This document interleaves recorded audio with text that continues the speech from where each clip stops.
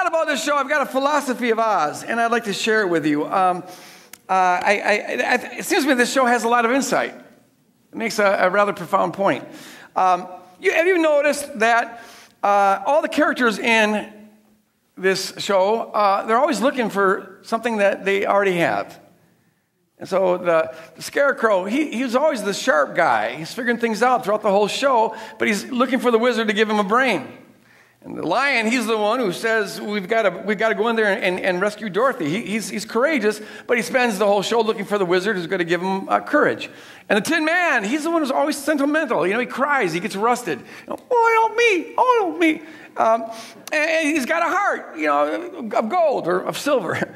But he's spent the whole show looking for the wizard to give him a heart. Everyone's looking for what they've already got. And then Dorothy, of course, she's looking to get home. But it turns out she was there all along. It's kind of the point of the whole thing. These folks all have a false view of themselves. They don't see themselves as they really are. They have a false faith about themselves, which causes them to chase after stuff they've already got. And in a sense, they're all caught in a dream, like Dorothy is. They're dreaming. They're in a dream world that doesn't line up with reality. So that's part of the point of the show. Don't chase after things you already have. But it gets a little more profound than that, I think. Think about what that Scarecrow said. The first thing he says when he gets that diploma, now he thinks he's got a brain. He looks real smart, says the sum of the square root of the two sides, any two sides of an isosceles triangle is equal to the sum of the remaining side. But actually, it occurred to me a couple of years ago that that's not quite right. I checked it out with a math wizard. He agrees with me. What he should have said, he's given the Pythagorean theorem, he should have said that the square root of the sum of the two shorter sides of a right triangle are equal to the side of the hypotenuse, the square of the hypotenuse. That's what he meant to say. He screwed it up. He got it wrong. Now, maybe the directors just hadn't brushed up on their math. I get accused of reading too much into shows all the time, overthinking things. But maybe there's a point to this. Did you notice the Lion, as soon as he gets that little button that says he's courageous, what does he do? He turns into a mouse. Oh, shucks. And he gets all mousy. And the Tin Man, he gets that stupid clock heart thing, and he's impressed by the fact that it ticks, as though the most important thing about a heart is that it beats.